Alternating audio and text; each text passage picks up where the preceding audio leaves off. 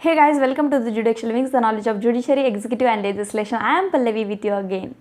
आणि आज मी तुमच्यासाठी मराठीतनं लेक्चर घेऊन आलेले आहे कारण की of course I am from the Maharashtra.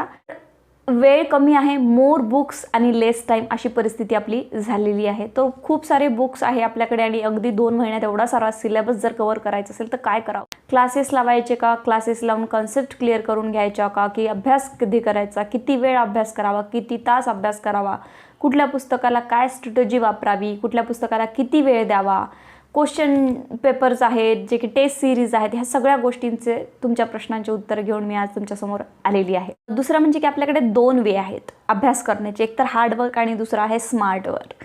Okay, तर दोन्हीही वेनी आपण आता जायला हरकत नाही. तर आधी कुठल्याही गोष्टीमध्ये हार्डवर्क यूज करून घ्या आणि नंतर स्मार्ट स्ट्रॅटेजी त्यावर अप्लाय करायला हरकत नाही. तर आता स्मार्ट वर्क आणि हार्ड वर्कला कसं मर्ज करायचं एकमेकामध्ये, आणि आता ती सध्या तर गरज आहे की आता आपल्याला स्मार्ट वेनी जाणंही गरजेचं आहे, कारण हार्ड वर्क करण्यासाठी तेवढा वेळ आपल्याकडे नाही आहे.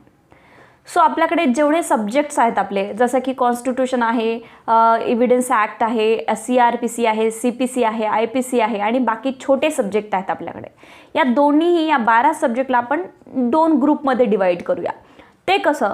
तर सगळ्यात आधी मोठे सब्जेक्ट घ्यायचे. ठीक आहे, सगळ्यात आधी मोठे subject means constitution, CRPC, IPC, evidence act आणि CPC यांना बाजूला काढून ठेवा. ठीक आहे, आणि बाकीचे जे सब्जेक्ट आहेत उरलेले, जे की कॉन्ट्रॅक्ट आहे, ट्रान्सफर ऑफ प्रॉपर्टी आहे, स्पेसिफिक रिलीफ आहे, पार्टनरशिप आहे, लिमिटेशन आहे आणि सेल ऑफ गुड्स आहे आणि रेंट कंट्रोल आहे, ते यांना वेगळं. तर अभ्यास कसा करायचा आपल्याला, की असं कशी स्ट्रॅटेजी मी वापरावी किंवा मी किती टाईम अभ्यास करावा, असे माझे विद्यार्थी मला रोज प्रश्न विचारत आहेत. तर सिंपल आहे, इतकं काही अवघड नाही आहे. प्रत्येक जणाची अभ्यास करण्याची स्टडी वे जो आहे तो वेगळा असतो. मी फक्त तुम्हाला गाईड करू शकते, मी एक तुम्हाला वे दाखवू शकते की या वेळी तुम्ही जाऊ शकता, या वेळी तुम्ही जाऊ शकता, बाकी करायचं सगळं तुम्हाला आहे.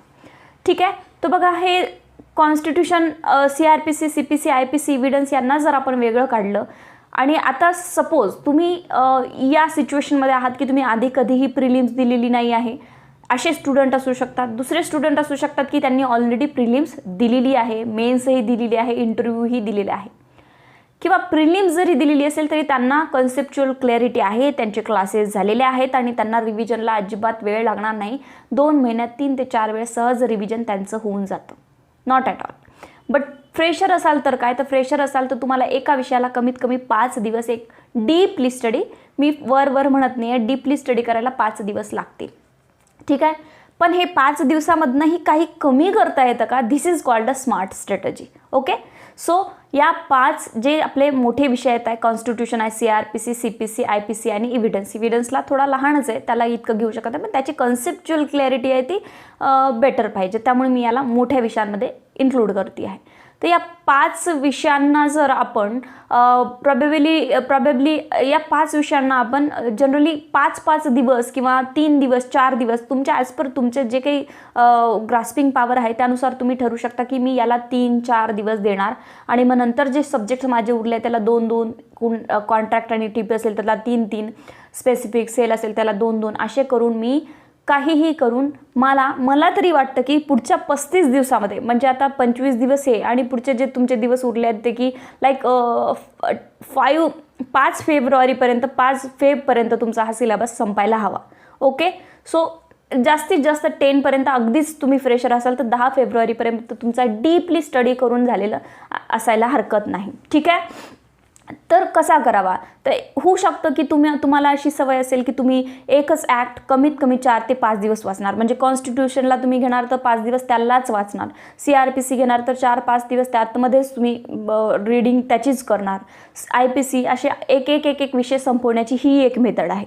दुसरी आहे की या मेथडमुळे थोडासा वेळ, टाईम जो आहे तो कमी पडल्यासारखा आपल्याला वाटतो आणि कमी लागतो आहे असं वाटतं, आणि आपण थोडंसं चेंजेस आपण स्टडीमध्ये ऑब्झर्व करू शकतो.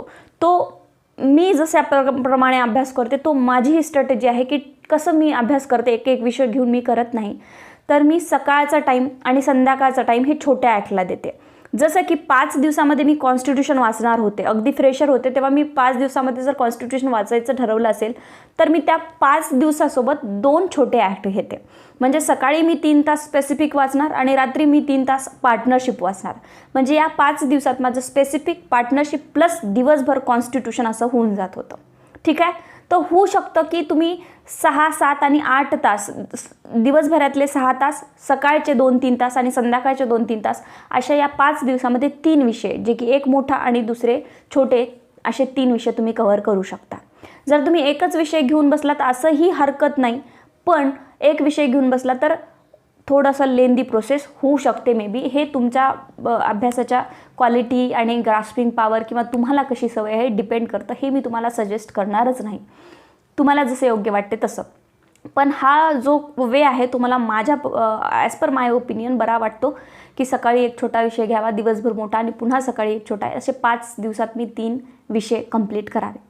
असे 5 दिवसात 3 केले, पुन्हा 5 दिवसात 3, पुन्हा 5 दिवसात 3 आणि मग बाकीचे जे कॉन्ट्रॅक्ट आणि एव्हिडन्स आणि TP हे जे आहे त्याला आपण पुन्हा 3-3 दिवस ठेवूया. 5 न दिवस ठेवता 3-3 दिवस, पुन्हा सकाळी छोटा ॲक्ट, 3 दिवस कॉन्ट्रॅक्ट, पुन्हा संध्याकाळी दुसरा ॲक्ट. अशा प्रकारे तुम्हाला ज्या प्रकारे योग्य वाटते तशा प्रकारे तुम्ही याचं वाचू शकता. हे झालं डे आणि टायमिंग. टायमिंग किती? तर टायमिंग होऊ शकतं सकाळी स्पेसिफिक वाचायला मला 2 तासात मला समजत असेल किंवा मला 3 तासात समजत असेल किंवा मला दिवसभरातनं 6 तास कॉन्स्टिट्यूशनचे 3च चॅप्टर होत असतील, तर हे माझ्यावर डिपेंड करतं. पॉवर आहे किंवा लवकर समजत असेल, लवकर लक्षात राहसेल, हे डिपेंड करतं. तर मला असं वाटतं की पुढच्या 35 ते 40 दिवसामध्ये, 35 आणि 40 दिवस खूप झाले ॲक्च्युली, मी डीपली स्टडी करून म्हणते आहे, वरवर नाही. 35 ते 40 दिवस म्हणजे तुम्ही जास्तीत जास्त 5 फेब किंवा 10 फेबपर्यंत हा पूर्ण सिलेबस डीपली स्टडी करून चांगल्या प्रकारे अभ्यास त्याचा झालेला असावा.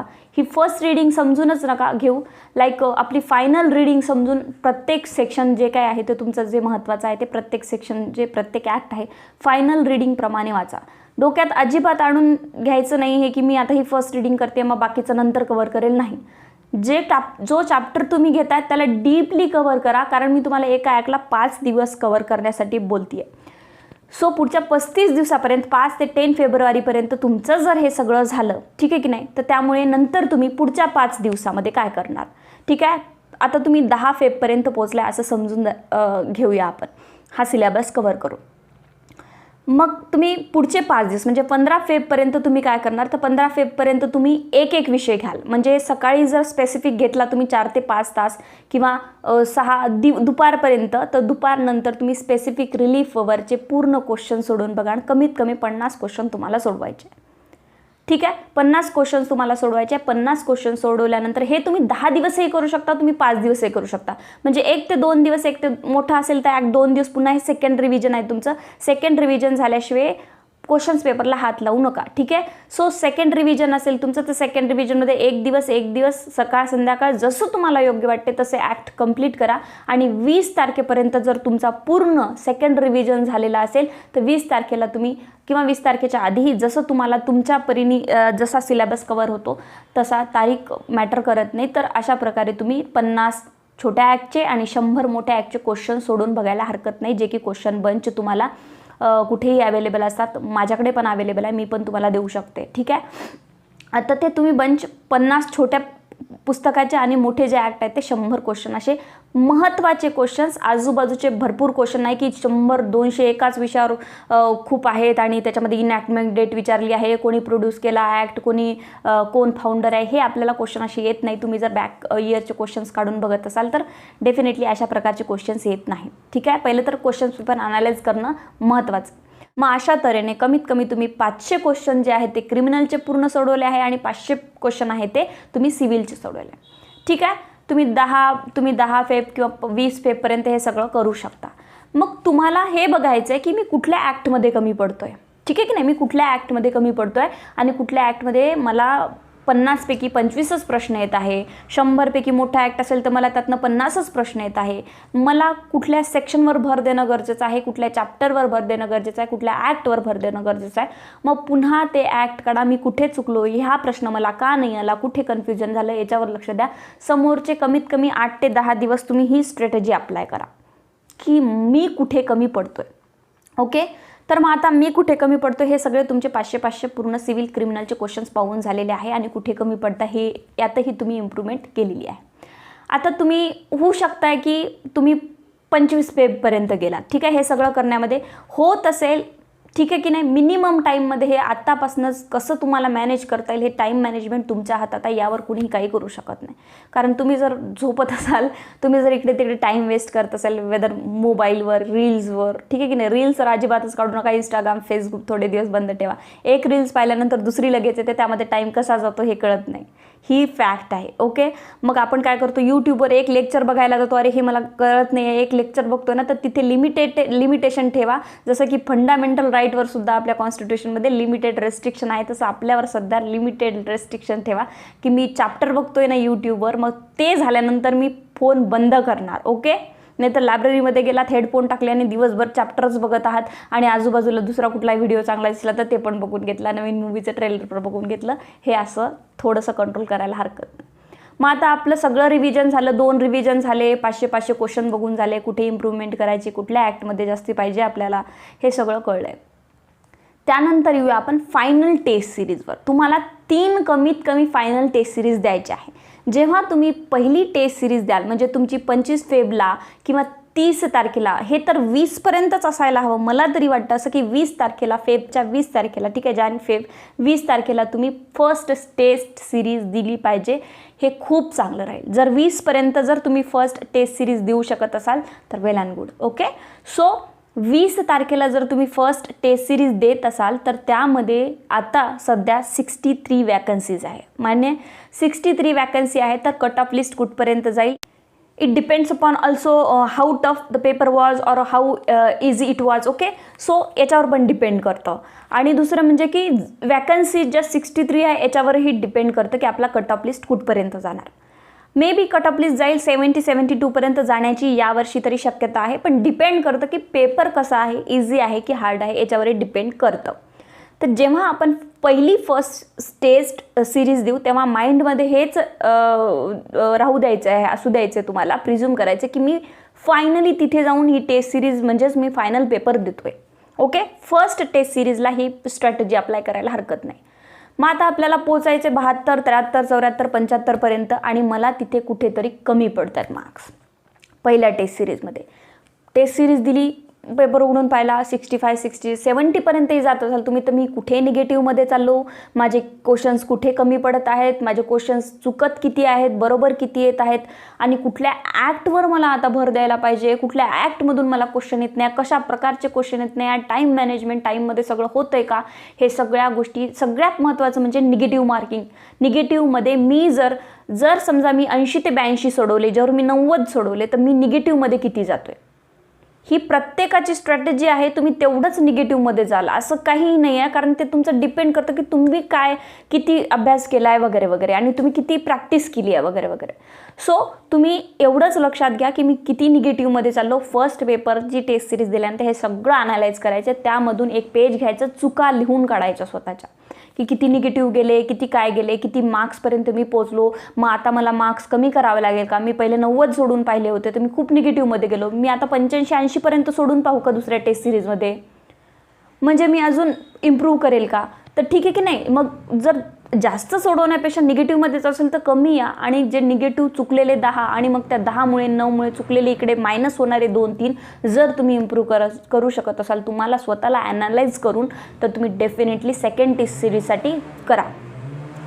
The second thing is second test series. आता सेकंड टेस्ट सिरीजसाठी काय, मग आता ते चुका ज्या काढल्या त्या अनालाइज केल्यानंतर तुम्ही काय करणार याच्यामध्ये. आता तुम्ही त्याच्यावर काही करू शकत नाही, पण तुम्हाला ॲक्टवर भर द्यायचे की कुठल्या ॲक्टमधून कशा प्रकारचे क्वेश्चन्स मला टेस्ट सिरीजमध्ये आले होते आणि सर्वात महत्त्वाचं म्हणजे की मी आता कुठल्या ॲक्टवर भर द्यायला पाहिजे.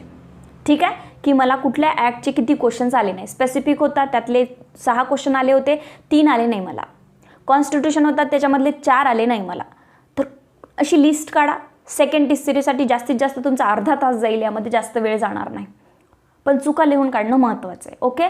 सो आता सेकंड टेस्ट सिरीजसाठी तुम्ही पुन्हा रिव्हिजन करा. किती 20 तारखेला 25 तारखेपर्यंत तुम्ही टेस्ट सिरीज दिली असेल पहिली, तर पुढे पुन्हा 8 ते 10 दिवसात तुम्ही सेकंड टेस्ट सिरीजसाठी रेडी राहा. म्हणजे तुम्ही 30 किंवा 1 मार्चला सेकंड टेस्ट सिरीज द्यायला हरकत नाही. ओके, सेकंड टेस्ट सिरीज दिली, पुन्हा ॲनालाइज करा अर्धा तास बसून, काही हरकत नाही. अर्धा तास कुठेही जातो आपला, की अर्धा तासात मी काय काय केलं काय काय नाही आणि मी किती इम्प्रूव्हमेंट केली ही सुद्धा लिहिणं गरजेचं आहे. इम्प्रूव्हमेंटही लिहा, चुकाही लिहा, ह्या सगळ्या झाल्या. आता तुम्ही थोडंफार इम्प्रूव्हमेंट केला आहात त्याच्यामध्ये, थोडंफार केलं असेल, कोणी जास्त केलं असेल, जे काही असेल ते, ठीक आहे. तर या सगळ्या गोष्टी झाल्यानंतर सेकंड टेस्ट सिरीज नंतर पुन्हा एकदा फायनल रिव्हिजन करा आणि आता do or die third test series द्या. ठीक आहे, थर्ड टेस्ट सिरीज तुम्ही, मला तरी वाटते की 12 मार्चला तुमचा पेपर आहे, तर तुम्ही थर्ड टेस्ट सिरीज 5, 6, 7च्या दरम्यान द्यायला हरकत नाही. कारण काय होतं इथे सायकॉलॉजिकली पण आपण विचार करायला, 5 मार्चला जर मी टेस्ट सिरीज दिली, 5 मार्चला टेस्ट सिरीज दिल्यानंतर मला तिथे थोडी इम्प्रूव्हमेंट करायची गरज वाटत असेल, तर माझ्याकडे 5 मार्च नंतर 12 मार्चपर्यंत म्हणजे 11-10 मार्चपर्यंत 5-6 दिवस वेळ आहे.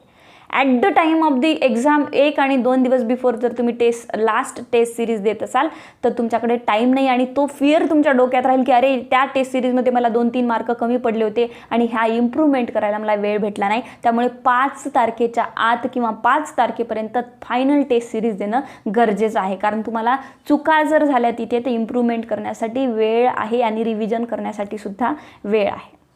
ठीक आहे, सो आता इथपर्यंत तुम्ही पोचला, थर्ड टेस्ट सिरीज दिली, सगळं दिलं, पण थोडासा नाही ते थोडासा तुम्ही काय करा की हार्ड कॉपीचा यूज करा. जसं की तुम्ही सेंटरवर बसून तिथे पेपर देत आहेत फायनल टेस्ट सिरीज, तसा देण्याचा प्रयत्न करा. जिथेही तुम्हाला टेस्ट सिरीज अवेलेबल मिळत असेल किंवा क्वेश्चन्स किंवा तुम्हाला ऑनलाईन असेल तर त्याच्या प्रिंट काढून तरी घ्या. पण जसं तुम्ही सेंटरवर बसून पेननी गोल करून तिथे करता तर मोबाईलवर न करता मी तुम्हाला रिकमेंड करते की डायरेक्टली तुम्ही पेजवर टेस्ट सिरीज हार्ड कॉपीमध्ये टेस्ट सिरीज दिली तर बेटर राहील. कारण तुम्हाला तिथला फील इथेच अनुभवेल आणि तिथे जो फिअर होतो तो निघून जाईल. ठीक आहे, तर ही झाली आपली स्ट्रॅटेजी पूर्ण अभ्यासाची. आता as per subject madam strategy काय असणार आहे, तर त्यावेळी मी प्रत्येक विषयावर एक व्हिडिओ बनवणार आहे की कॉन्स्टिट्यूशनचा अभ्यास काय करायचा, कॉन्स्टिट्यूशनमध्ये किती आपल्या महत्त्वाचं आहे, CRPCमध्ये काय, IPCमध्ये, हे सगळं मी त्या पर्टिक्युलर स्पेसिफिक एक व्हिडिओमध्ये तुम्हाला 12 ॲक्टचे 12 व्हिडिओ बनवून लवकरात लवकर 5 ते 6 दिवसात तुमच्यासोबत देईल.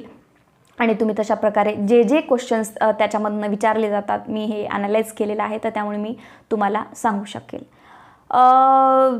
भरपूर जण म्हणतात की सेल्फ स्टडी करावी आणि ॲज पर पर्सनल एक्सपिरियन्सनी शिकावं, तर मान्य आहे मला पण की सेल्फ स्टडी करावी. पण जेव्हाही आपल्याकडे टाईम कमी असतो तेव्हा कुणाचं तरी मार्गदर्शन आपल्याला नक्कीच कामाला येतं. जसं की मी पेपर ॲनालाइज केले आणि मी तुम्हाला जे महिन्याभराचं 5 दिवस सांगू शकते किंवा दिवसभराचं 1 तासामध्ये तुम्हाला ती हिंट देऊन सांगू शकते, तर डेफिनेटली कुणाचंही गायडन्स घ्यायला हरकत नाही. दुसऱ्यांच्या एक्सपिरियन्समधून शिकाल तर लवकर पुढे जाल, स्वतःच्या एक्सपिरियन्समधून शिकाल तर थोडाफार वेळ लागणार आहे आणि टाईम नाही आहे, त्यामुळे टाईमला मॅनेजमेंट करणं आता तुमच्या हातात आहे.